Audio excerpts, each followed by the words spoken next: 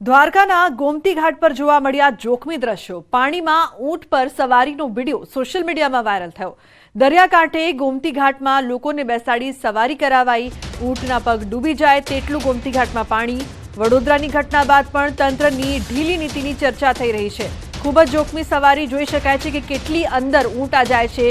પગ પણ ડૂબી જાય તેટલું પાણી છે ગોમતી ઘાટમાં અને સવારી કરાવવામાં આવી રહી છે। જો કોઈ અનિચ્છનીય ઘટના બને તો જવાબદાર કોણ તે મોટો સવાલ અહીં ઉપસ્થિત થઈ રહ્યો છે। આ સવારી ખૂબ જ જોખમી।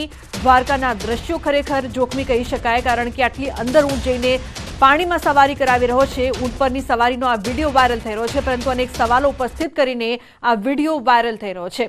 ગોમતી ઘાટના દ્રશ્યો છે કે જ્યાં ઊંટની સવારી કરાવવામાં આવતી હોય છે પરંતુ પાણીની અંદર આટલી અંદર લઈ જઈને ઊંટની સવારી કેમ કરાવવામાં આવી રહી છે તે એક મોટો સવાલ છે કારણ કે પ્રાણી છે આ પ્રકારની સવારી શું કરાવવી જરૂરી છે।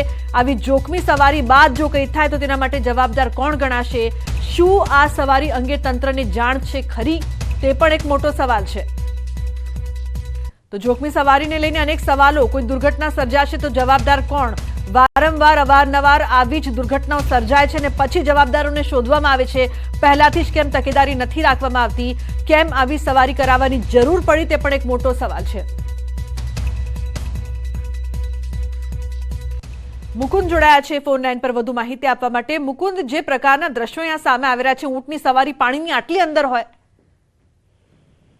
જી લુબના વાત કરવામાં આવે તો દ્વારકામાં હાલ રજાના દિવસોમાં યાત્રાળુઓનો ઘસારો જોવા મળતો હોય છે ત્યારે ગઈકાલે એક વિડીયો સોશિયલ મીડિયામાં વાયરલ થયો હતો। દ્વારકાધીશ મંદિરની પાછળના વિસ્તારમાં આવેલો છે ગોમતી ઘાટ। તે ગોમતી ઘાટ પાસે જે ઊંટ છે તે ઊંટમાં સવારી કરી અને કેટલાક લોકો છે તે નદીમાંથી પસાર થઈ રહ્યા હોય તેવા દ્રશ્યો સામે આવ્યા હતા। વિડીયોમાં પણ જોઈ શકો છો જોખમી રીતે આ લોકો છે તે ઊંટની ઉપર બેસી અને જઈ રહ્યા છે ત્યારે જો કોઈ ઘટના ઘટે તો જવાબદાર કોણ તે પણ એક સવાલ ઉઠી રહ્યા છે। ત્યારે દ્વારકાના ગોમતી ઘાટની આસપાસના જે વિસ્તારો છે તેમાં લોકો પણ બેદરકારી દાખવતા હોય તેવા પણ નજરે પડ્યા છે અને હાલ તંત્રની પણ આ એક બેદરકારી સામે આવી રહી છે। લુબના મુકુંદ, તંત્રને આ અંગે કોઈ જાણ છે ખરી? જી વાત કરવામાં આવે તો તંત્ર દ્વારા પણ અનેક પગલા લેવાઈ રહ્યા છે ત્યારે લોકો પણ બેદરકારી દાખવતા હોય તેવું નજરે પડી રહ્યું છે। હાલ દ્વારકા વહીવટી તંત્ર દ્વારા પણ કડક સૂચના આપવામાં આવી છે કે કોઈ પણ દરિયાઈ વિસ્તાર થોડો સમય પહેલા ઓખાથી બેટ દ્વારકા ચાલતી ફેરી બોટ સર્વિસમાં પણ કડક પગલા લેવામાં આવી રહ્યા હતા ત્યારે ગોમતી ઘાટ કિનારે પણ હાલ કોઈ બંદોબસ્ત ન હોવાના કારણે લોકો જોખમી રીતે આવા ઊંટ સવારી કરીને પસાર થતા હોય છે ત્યારે તંત્રને પણ આ બાબતે ધ્યાન દોરવું જરૂરી બન્યું છે।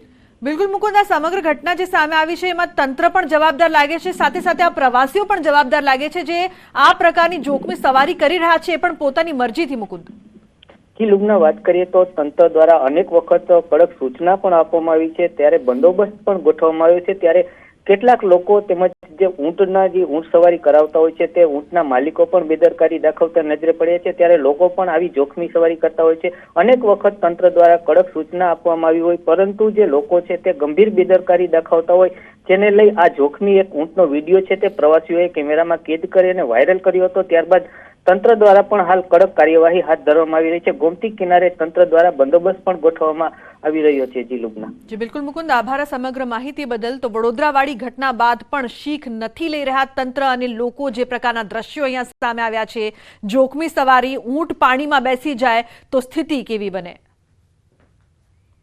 તો સાબરકાંઠા જિલ્લામાં ફરી મોતની સવારીનો વિડીયો વાયરલ થયો છે। વિજયનગર ઈડર હાઈવે પર જીપમાં ઘેટા બકરાની જેમ ભરાય છે પેસેન્જર। થોડા પૈસાની લાયમાં જીપ ચાલકો લોકોના જીવ સાથે રમત રમી રહ્યા છે। જીપની અંદર કરતા બહાર અને ઉપર વધુ મુસાફરો વિડીયોમાં જોવા મળે છે। જાહેર રસ્તામાં મોતની સવારી બે રોકટોક ફરતી હોવા છતાં પોલીસના આંખ આડા કાન કરી રહ્યું છે। શું કોઈ મોટી જાનહાની બાદ જ તંત્ર જાગૃત થશે? પોલીસની કામગીરી સામે આંગળી ચીધાઈ છે। આવા વિડીયો અનેક વખત સામે આવ્યા છે પરંતુ પોલીસ એકાદ બે દિવસ ડ્રાઈવ ચલાવે છે, બાદમાં જીપ ચાલકો ફરી પેસેન્જર ભરવાનું શરૂ કરી દે છે। જો કે લોકો પણ થોડા રૂપિયા માટે મોટું જોખમ ખેડી રહ્યા છે। તો બે દ્રશ્યો અહીંયા સામે આવી રહ્યા છે જોખમી સવારીઓના। એક તરફ દ્વારકાના દ્રશ્યો છે તો બીજી તરફ સાબરકાંઠાના દ્રશ્યો સામે આવ્યા છે। જીપની અંદર કરતા બહાર વધુ મુસાફરો જોવા મળ્યા તો બીજી તરફ પાણીમાં જે ઊંટ છે તે એટલી અંદર જઈને સવારી કરાઈ રહ્યો છે। આ અનેક સવાલો તંત્ર સામે પણ ઉપસ્થિત થઈ રહ્યા છે। તો જોખમી સવારી, ઊંટ પર સવારી અને કાર પર સવારી, બે દ્રશ્યો અત્યારે આપ ટીવી સ્ક્રીન પર જોઈ રહ્યા છો. ઊંટ પર સવારીના દ્વારકાના દ્રશ્યો તો સાબરકાંઠાના દ્રશ્યો છે કે જ્યાં જીપમાં ઉપર બેસીને લોકો સવારી કરી રહ્યા છે. લોકોને પણ પોતાની સેફટી જોવી જોઈએ. કોંગ્રેસમાં વધુ એક ભંગાણ, અમદાવાદ કોંગ્રેસ પાર્ટીમાં વધુ એક રાજીનામું. અમદાવાદ જિલ્લા કોંગ્રેસ પ્રમુખ બળવંતસિંહ ગઢવીનું રાજીનામું, પક્ષના તમામ હોદ્દાઓ પરથી રાજીનામું આપ્યું. આવતીકાલે ભાજપનો કેસરીઓ તેઓ ધારણ કરશે. તો જિલ્લા કોંગ્રેસ પ્રમુખનું રાજીનામું, મહત્વના સમાચાર, બળવંતસિંહ ગઢવીએ રાજીનામું આપ્યું છે. આવતીકાલે તે કેસરિયા કરશે તેવી પણ માહિતી. પક્ષના તમામ હોદ્દાઓ પરથી રાજીનામું આપ્યું છે. મહારાજા કૃષ્ણકુમાર ભાવનગર યુનિવર્સિટી વિવાદમાં. યુનિવર્સિટીમાંથી ભેદી રીતે અનેક ફાઇલ ગુમ થઈ. મોટાભાગની ફાઇલો પૂર્વ કુલપતિ ચાવડા વખતની હોવાનો ઉલ્લેખ. મહેકમ લીગલ વિભાગની જુદી જુદી ફાઇલો ગુમ થઈ છે. યુનિવર્સિટીના કુલસચિવ નીલમબાગ પોલીસમાં અરજી આપવામાં આવી છે. તો ફાઇલ ક્યાં ગઈ, કઈ રીતે ગુમ થઈ તેને લઈને મોટો સવાલ ઉપસ્થિત થઈ રહ્યો છે. એકવાર ફરી યુનિવર્સિટી વિવાદમાં આવી. યુનિવર્સિટીમાંથી અનેક ફાઇલ ભેદી રીતે ગુમ થઈ જતા અનેક સવાલો ઉપસ્થિત થઈ રહ્યા છે.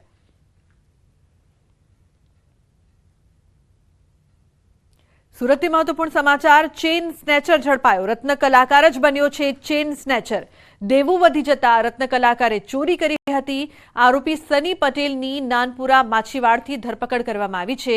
પોલીસે આરોપી પાસેથી ચોરી કરેલી ચેઇન, મોપેડ સહિતનો મુદ્દામાલ કબજે કર્યો છે. તો સુરત ક્રાઇમ બ્રાન્ચે સમગ્ર મામલે વધુ તપાસ હાથ ધરી છે. મહેમદાબાદમાં મંદિરમાં સેવા કરતા સેવક કાળુભાઈની હત્યા કરવામાં આવી છે. સેવક વાત્રક નદી કિનારે હનુમાનજીનું મંદિર બનાવી રહેતા હતા. રાત્રિના સમયે 55 વર્ષીય પૂજારીની બોથડ પદાર્થના ઘા ઝીકીને હત્યા કરાઈ હોવાનું સામે આવ્યું. ઘટનાની જાણ થતાં જિલ્લાના એસપી અને ડીવાયએસપી સહિતના સ્ટાફે ઘટના સ્થળે પહોંચી વધુ તપાસ હાથ ધરી છે. સુરતના કાપોદ્રામાં બાળક સાથે સૃષ્ટિ વિરુદ્ધનું કૃત્ય આચરવામાં આવ્યું. પોલીસે 22 વર્ષીય પરેશ ગોહિલને દબોચ્યો. રૂપિયાની લાલચ આપીને શખ્સે કૃત્ય આચર્યું. પોલીસે નરાધમની ધરપકડ કરીને કાર્યવાહી હાથ ધરી છે.